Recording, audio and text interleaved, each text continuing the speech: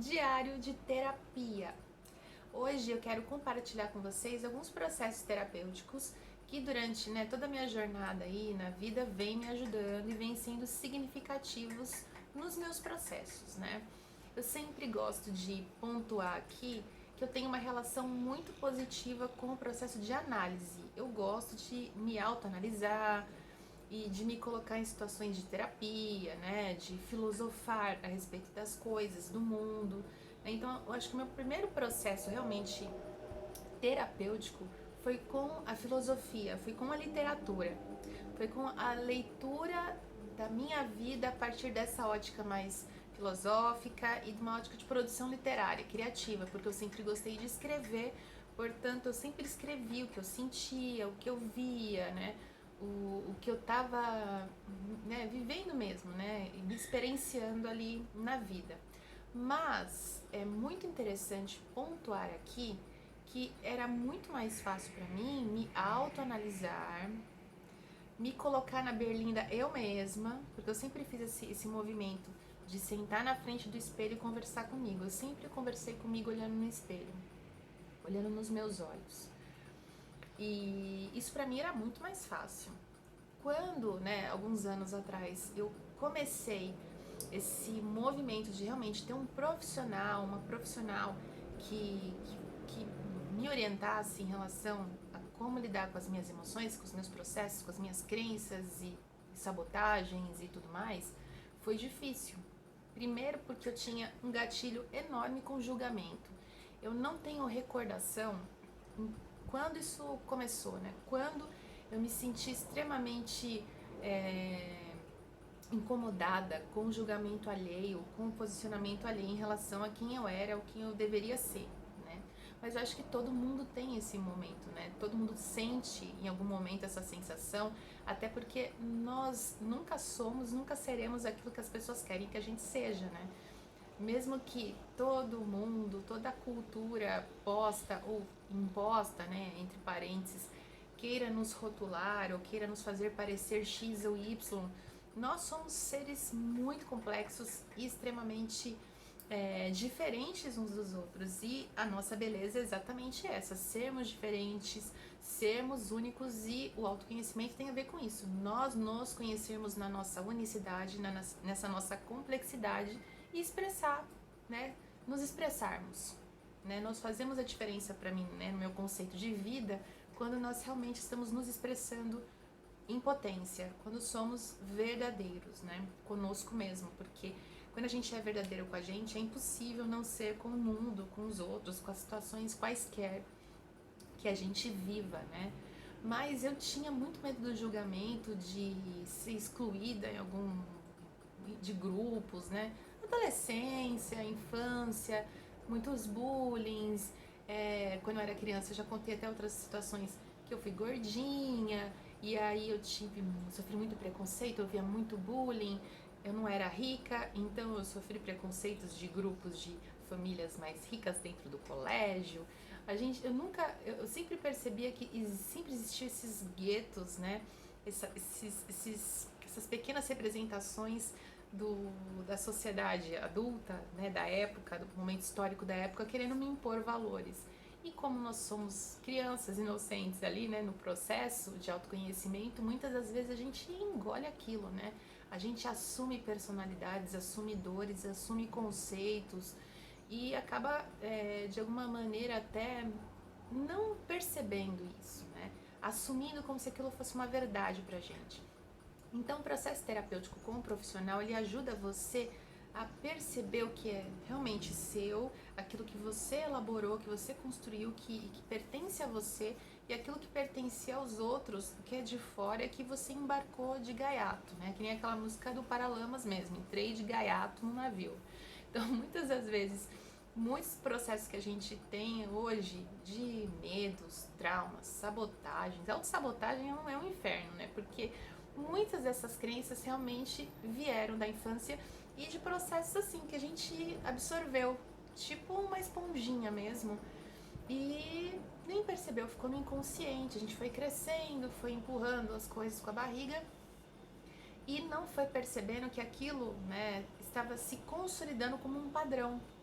né? Um padrão emocional, às vezes até um padrão emocional que já estava sendo somatizado para o físico, gerando doenças, gerando não só doenças mentais, como os transtornos, né, que a gente tem de ansiedade, culpas, mas também processos, às vezes, por exemplo, da tireoide, disfunções, por exemplo, eu tenho hipotireoidismo.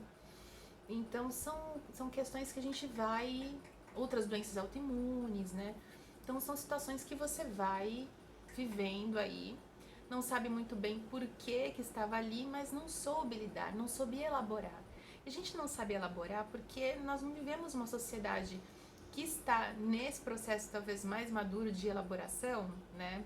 Quer dizer, eu não estava, né? Vamos dizer assim, nos anos 80.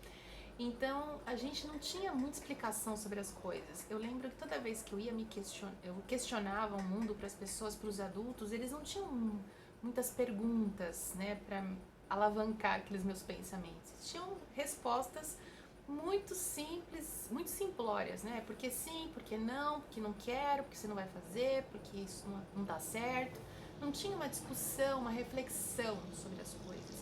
O que hoje a gente tem muito mais em todos os âmbitos, né? Acho que a gente hoje, enquanto sociedade, a gente consegue problematizar muito todos os temas e eu acho que às vezes a gente até se perde nesse processo de tantas problematizações, mas é imprescindível que a gente faça isso, né? É melhor que a gente problematize muito, que se reflita e aprenda uns com os outros esses processos, do que a gente se anule e não se, né, não se abra, né, para essa possibilidade de crescimento, né, de maturidade. Então, quando eu me deparei com um profissional ali, analisando, me enxergando, me pontuando coisas, foi muito dolorido. E muitas vezes eu quis fugir do processo terapêutico. Algumas vezes eu fugi literalmente, não queria ir, não queria fazer e parava de ir. E depois eu voltava, mas eu sempre assumia essas questões, né? Dos motivos pelos quais eu relutava em reconhecer as minhas sombras, né? Os meus equívocos, os meus defeitos, aquilo que eu não gostava em mim, né? Porque eu tinha uma ilusão de perfeição, que eu queria alcançar uma perfeição, eu queria sempre estar bem, eu queria estar sempre, né? Eu não queria ter nenhum defeito, nenhum erro, né? Não queria carregar a culpa cristã de ser errada, né? E ser errado na sociedade é quando a gente é diferente, né? E a diferença é quando a gente é a gente mesmo. Então, esse processo durou muito tempo, né? Na adolescência, no início no processo, né, de adultecer, a fase adulta no começo, né? Foi esse movimento. E eu acho que tem algumas terapias que me ajudaram muito, né? A primeira coisa que eu acho que me ajudou muito foi fazer um trabalho da meditação. O processo de meditar sempre me ajudou muito porque é um enxergar a gente de fora, né? Você assistir a si mesmo como se estivesse num cinema, vendo as nossas ações, vendo nossas reações, se nós estamos agindo ou reagindo frente à vida, frente aos nossos dilemas. Então, o processo da meditação sempre foi muito importante, mas logo em seguida eu pontuo algumas técnicas.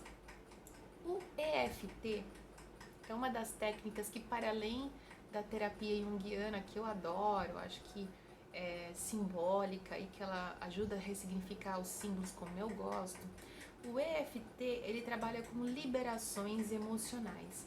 E só a gente sabe quando a gente está angustiado com alguma coisa, a gente não sabe nem muito bem o que é, o alívio que traz quando você consegue liberar.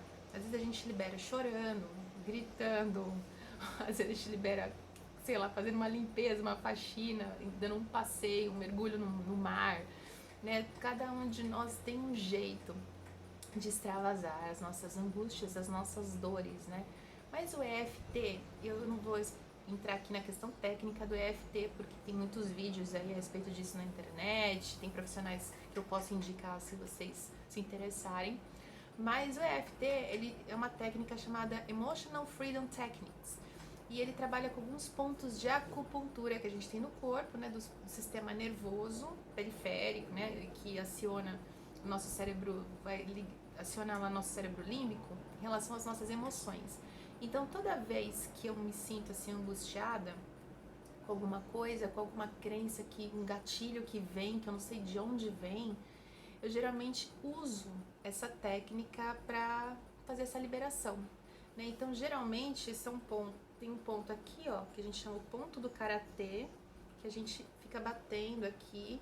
Então, tem umas frases de afirmação. Então, apesar de eu estar me sentindo assim, assim, assado, você continua falando e batendo, né, aqui no ponto. Eu me amo e me aceito profundo e completamente. Você fala isso 3 vezes e fica batendo aqui. Depois você pega o sintoma, né, o que você está sentindo em relação àquilo e repete nos pontos, né, do EFT.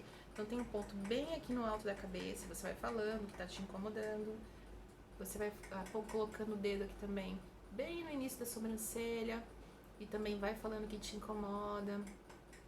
No final aqui da sobrancelha, abaixo do olho, abaixo do nariz, no queixo, aqui na clavícula, um pouquinho embaixo aqui da clavícula, nos pontinhos aqui, e aqui embaixo do braço, assim, na altura do sutiã aqui para as meninas.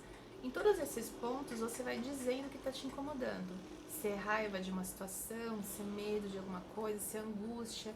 E eu oriento assim que a gente se permita a dizer aquilo que vem mesmo, porque quanto mais você vai fazendo esse processo do EFT, mais você vai se sentindo aliviado, porque é como se ele tirasse o gatilho daquela emoção que já estava ali, sabe, fincada, que você não sabia por quê. Então, toda vez que eu me sinto assim, angustiada ou presa em algum pensamento que eu não consigo liberar, né? Então, vamos dar um exemplo bem bobo. Tô com raiva dessa fruta aí que caiu no meu pé. Então eu fico, essa raiva dessa fruta que caiu no meu pé. Essa fruta é uma fruta, sei lá, que me incomoda. Eu odeio essa fruta. Fico batendo no ponto. Quanto mais você fala aquilo que você está sentindo, aquilo que você está pensando em relação àquela situação, quando você faz uma rodada inteira que acaba, né, aqui embaixo do braço, começa aqui no alto da cabeça, passa aqui no início da sobrancelha, aqui no final da sobrancelha, embaixo do olho, embaixo do nariz, no queixo, na clavícula e aqui embaixo, você faz uma rodada, respira 3 vezes, você já vai se sentir mais aliviado. Mas provavelmente, depois que você faz uma rodada, vem outros pensamentos, vem, sabe, a origem daquilo. Começa a eclodir no teu inconsciente as causas verdadeiras que geraram aquela coisa. E como eu estava falando no começo, muitas das nossas questões atuais, elas não são atuais, elas são projeções, elas estão lá no passado, na nossa infância, em questões muito bobas, às vezes até ou muito sérias, e que precisam ser trabalhadas. Então a gente precisa liberar essas causas anteriores. Então, se vir outra emoção, outra situação, roda de novo. E depois vocês me falam. Se vocês gostarem disso, eu explico melhor como faz esse processo. Embora eu tenha um vídeo no YouTube, eu posso linkar aqui depois, que eu explico um pouco mais esse processo do EFT. Mas eu quis trazer compartilhar essa pequena técnica com vocês, porque ela vem me ajudando muito. E toda vez que eu me sinto realmente pesada em relação a um processo, me ajuda bastante, me alivia bastante, me consegue, parece que tirar as nuvens escuras assim, e me faz me enxergar a mim mesma novamente, no espelho e fora do espelho também, tá bom? Espero que vocês tenham gostado. Se vocês quiserem saber mais sobre o EFT, eu tenho profissionais assim que eu conheço que eu posso indicar, e tenho esses vídeos aí que eu vou linkar aqui pra vocês. Então, um beijo, até o próximo vídeo e tchau!